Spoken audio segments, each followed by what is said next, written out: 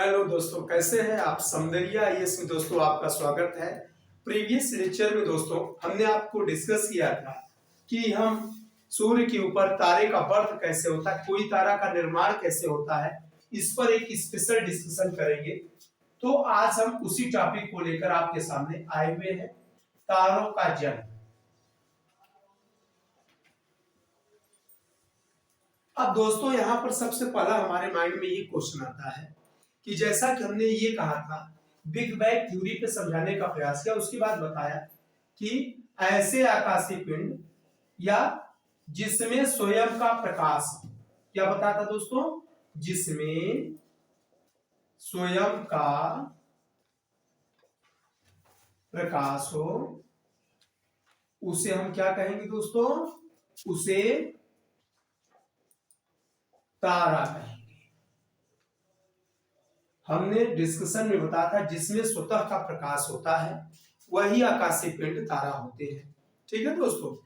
अब जब स्वतः के प्रकाश की बात होगी तो स्वतः का प्रकाश कैसे होगा, किस तरह से बनेगा तो हम जानते हैं कि जितने भी तारे हैं, यानी सभी, हम बात कर रहे हैं पूरे ब्रह्मांड की,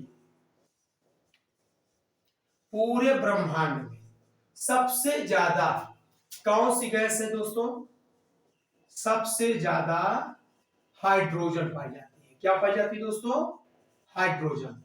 तो जितने तारे हैं, तारों में भी क्या है, हाइड्रोजन है सबसे ज्यादा। सूर्य है, उसमें भी क्या है दोस्तों, हाइड्रोजन है सबसे ज्यादा। यानी कुल कहने का मतलब यह है कि कोई भी एलिमेंट हो चाहे सूर्य की बात करें, चाहे किसी भी तारे की बात करें, चाहे हम ब्रह्मांड की बात करें, सभी आकाशीय पिंड में सबसे ज्यादा हाइड्रोजन गैस पाई जाती है। अब दोस्तों जैसे किसी भी चीज का जन्म होता है उसका मृत्यु होना शाश्वत सत्य है, ठीक उसी प्रकार किसी भी तारे का जन्म भी होता है और मृत्यु भी होता है। तो सबसे पहले हम जन्म की बात करेंगे दोस्तों। जन्म कैसे हुआ, क्योंकि इसमें क्या पाए गए, हाइड्रोजन। क्या पाए गए दोस्तों, हाइड्रोजन। तो हाइड्रोजन के दो जो तत्व मिलते हैं तो एक हीलियम बनाते हैं दोस्तों। क्या बनाते हैं, हाइड्रोजन के दो तत्व मिलेंगे तो क्या बनाएंगे, हीलियम का निर्माण करेंगे। किसका, और इस जो घटना होगी दोस्तों, इस घटना का नाम है, यानी ये जो घटना हुई यहां पर, उसी घटना का नाम है नाभिकीय संलयन। क्या नाम है दोस्तों, नाभिकीय संलयन।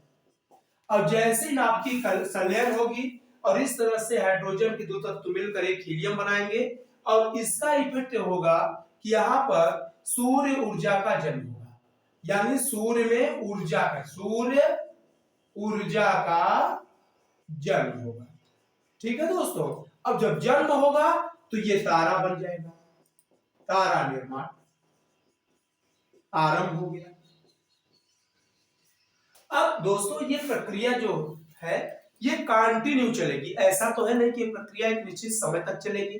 यानी कहने का मतलब जब तक हाइड्रोजन की मात्रा रहेगी तब तक प्रकाश बनता रहेगा।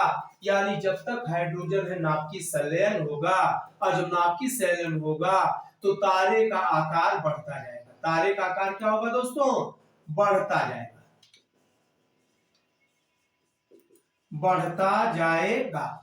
एक समय आएगा दोस्तों, एक समय आएगा जब हाइड्रोजन कम होने लगेगा, तब तारे का आकार क्या होगा, यानी जब हाइड्रोजन कम हो जाएगा, हाइड्रोजन जब कम हो जाएगा तब इसका आकार क्या होगा, तब आकार घटेगा। तब आकार क्या होगा दोस्तों, घटेगा। अब यहां पर हम लोग बेसिक चीजों पे कॉन्सेप्ट दे रहे चल रहे हैं कि तारे का आकार कब बढ़ता है, कब घटता है, किस तरह से होता है। देखो दोस्तों यहां पे कुछ ऐसा सिचुएशन होता है और इस तरह से ये तारे का आकार बढ़ता चला जाता है। तो अब हमें कहते हैं कि जो तारे का सबसे आंतरिक भाग होता है उसी को हम क्या कहते हैं, कोर रेडिएशन। ये दोस्तों जो पार्ट है, यानी इसको हम नंबरिंग में कर लेते हैं, नंबर 1, यहाँ पे नंबर 2 लिख देते हैं, यहाँ पे 3 लिख देते हैं, यहाँ पे नंबर 4, यानी जो सबसे आंतरिक नंबर एक पर है उसी को हम दोस्तों कोर रेडिएशन के नाम से जानते हैं। किस नाम से जानते हैं? Core radiation. Core radiation. इसके बाद जो दूसरे नंबर पे होता है इसको हम क्या कहते हैं दोस्तों? इसको हम फोटोस्फेयर के नाम से जानते हैं। क्या किस नाम से जानते हैं दोस्तों? फोटोस्फेयर। फोटोस्फेयर। तीसरे नंबर पे है, तीसरे नंबर पे क्या होता है दोस्तों? क्रोमोस्फेयर।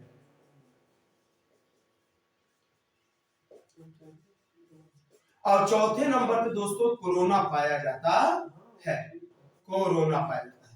अब यहां पर एक चीज नोटिस करने वाली चीज है दोस्तों, फोटोस्फेयर यानी यहां से हम लोग फोटो ले सकते हैं।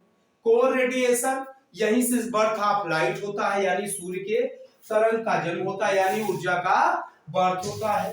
क्रोमोस्फेयर इसके ऊपरी लेयर है और कोरोना सबसे वाय स्तर है। कोरोना को ही दोस्तों हम सूर्य ग्रहण के समय देख सकते हैं। किस ग्रहण के समय? सूर्य ग्रहण। हमारे मन में क्वेश्चन आता है कि सर सूर्य ग्रहण के समय सूर्य के कौन से रेज दिखाई पड़ते हैं? तो हम बताएंगे सूर्य ग्रहण के समय ही हमें कोरोना दिखाई पड़ता है। यहां तक कॉन्सेप्ट हमारा क्लियर हो गया कि सूर्य का हमने बता दिया जन्म कैसे होता है, सूर्य का आकार कैसे बढ़ता है और इसमें कितने रेडिएशन पाए जाते हैं। अब इसके बाद अब अगला टॉपिक क्या आता है दोस्तों इसी में कि एक समय आएगा जब ये हाइड्रोजन घटेगा। जब हाइड्रोजन घटेगा तो जो अब देखो हाइड्रोजन जैसे ही कम होगा तो जो अभी नाभिकीय संलेपन की क्रिया इतना बड़ा हो रहा है, यानी ये साइज है, ये साइज यानी ये साइज का समय है जन्म के समय, यानी जब तारे का जन्म होता है जन्म के समय बढ़ता है। और फिर बाद में क्या होगा? हाइड्रोजन समाप्ति पर घटता भी है।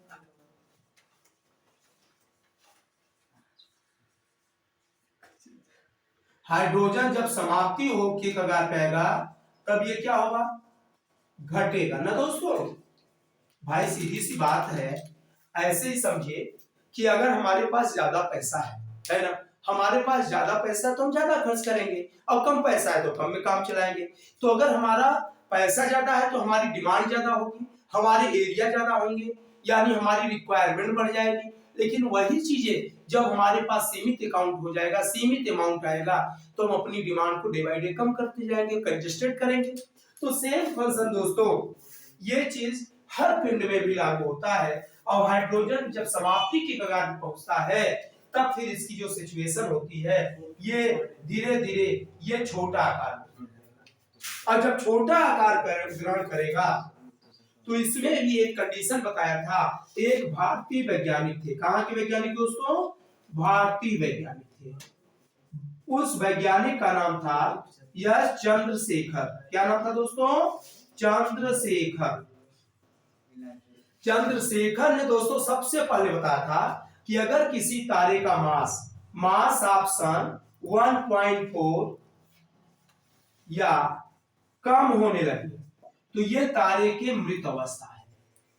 यानी इन्होंने ये बताया था कि अगर सूर्य के मास का 1/4 से कम अगर किसी भी स्टार का आकार होने लगेगा तो ये तारे के मृत्यु की अवस्था कही जाएगी। अच्छा दोस्तों, अब किसने बताया था? यश चंद्रशेखर जी ने बताया था, इसलिए इन्हें 1983 का नोबेल मिला था। क्या मिला था दोस्तों?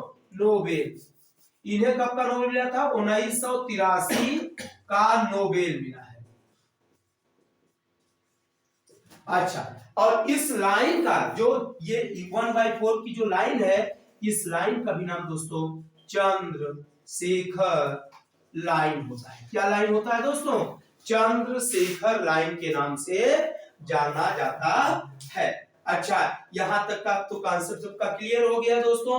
अब इसके बाद क्या होता है? इसके बाद ये घटनाएं होती हैं कि ये जो कम होने लगा, एक समय ऐसा आएगा जब बिल्कुल हाइड्रोजन समाप्त हो जाएगा। यानी बिल्कुल क्या समाप्त हो जाएगा?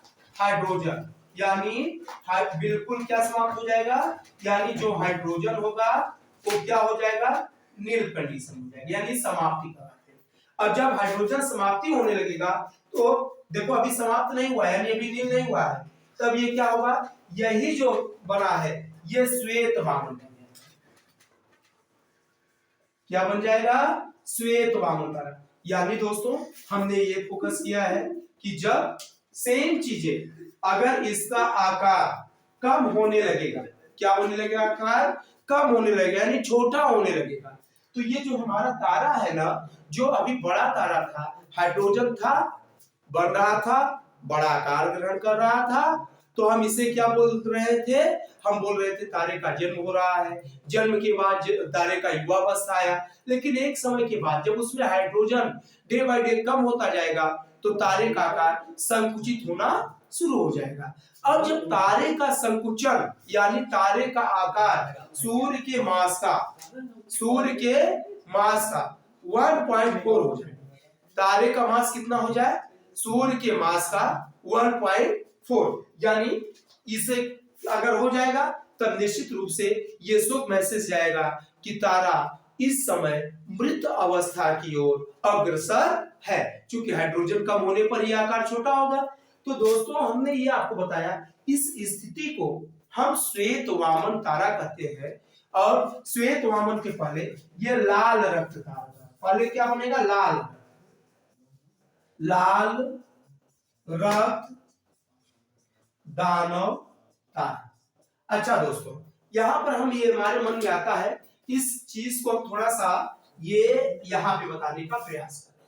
तो सबसे पहले दोस्तों क्या बना, लाल रक्त दानव तारा, यानी इस समय जो सूर्य होगा दोस्तों इसका आकार संकुचित हो जाएगा, यह इतना ज्यादा लाल दिखेगा, इतना ज्यादा ये लाल दिखेगा कि ये लाल रक्त दानव जैसा दिखेगा, और इसका गुरुत्वाकर्षण बल सर्वाधिक होगा दोस्तों। क्या सर्वाधिक होगा, गुरुत्वाकर्षण। यानी कुल कहने का मतलब क्या होगा, कि मतलब ये बनता है कि जो भी चीजें होंगी सूर्य के आसपास वो सबको अपने में एग्जाम करना शुरू कर देगा, किसी भी तरह से उसका इमेज नहीं लिया जा सकता दोस्तों। हाल फिलहाल एक खींचा गया था, लेकिन बहुत तरह से खींचा गया था, बहुत टेक्निक तरीके से लिया गया था, लेकिन जनरली हम लोग आंखों से इस घटना को नहीं देख सकते हैं। इसके समझने के लिए इसके आसपास होने वाली घटनाओं के आधार पर हम एनालिसिस कर पाते हैं कि ये तारे की मृत अवस्था आरंभ हो गई है।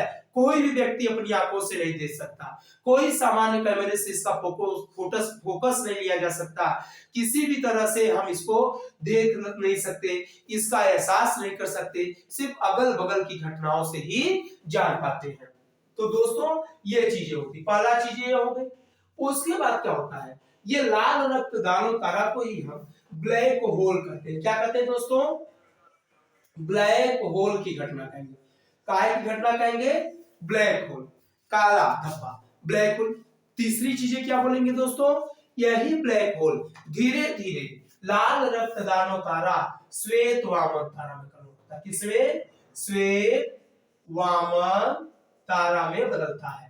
अब दोस्तों जैसे ये श्वेत वामन तारा बनेगा फिर क्या परिवर्तन आएगा, श्वेत वामन तारा आते आते ये क्लियर हो गया कि तारे में हाइड्रोजन की मात्रा पूरी तरह से समाप्त हो चुकी है, अब सिर्फ हीलियम ही बचा है। ऐसी कंडीशन में क्या होगा दोस्तों, ऐसी कंडीशन में ये होगा कि जो श्वेत वामन तारा है इसमें जो हीलियम बचा है, हाइड्रोजन समाप्त हो गया, हीलियम ठोस पदार्थ बदलेगा।